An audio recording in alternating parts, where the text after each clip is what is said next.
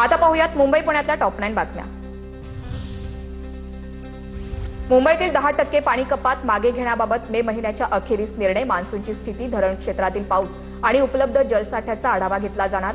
समाधानकारक पाऊस झाल्यास मनपा पाणी कपात मागे घेण्याची शक्यता।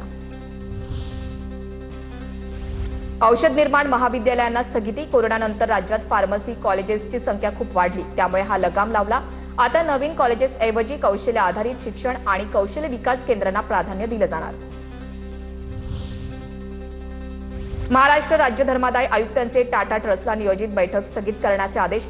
सर रतन टाटा ट्रस्टच्या रचनेत नियमांचं कथित उल्लंघन झाल्याप्रकरणी आदेश। चौकशी पूर्ण होईपर्यंत बैठक नको, धर्मादाय आयुक्तांची माहिती।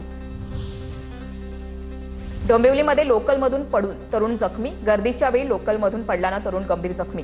तरुणावर डोंबिवलीतील खासगी रुग्णालयात उपचार सुरू।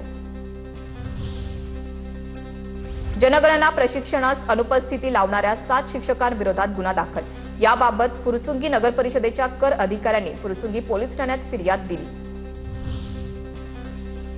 पुण्याच्या येरवडा जेलमधून 4 दिवसात 2 कैद्यांचं पलायन। जन्मठेपेची शिक्षा सुनावलेले कैदी पळाले। या प्रकरणी येरवडा कारागृह प्रशासनाकडून चौकशी समिती स्थापन। मुंबई पुणे महामार्गावरील मिसिंग लिंकवर भीषण अपघाताचा थरार।